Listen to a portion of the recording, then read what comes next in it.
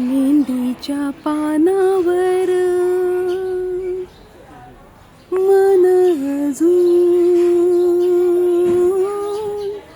झुलते ग.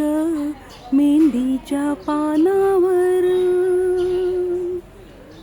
मन अजून झुलते ग. आजकाल मेंदीचं झाड कुठे बघायला पण मिळत नाही, पण एका ठिकाणी फिरत असताना मला खूप वर्षांनी इतकं सुंदर मेंदीचं झाड बघायला मिळालं. तुम्ही पण बघा सगळ्यांनी. कसं वाटलं सांगा.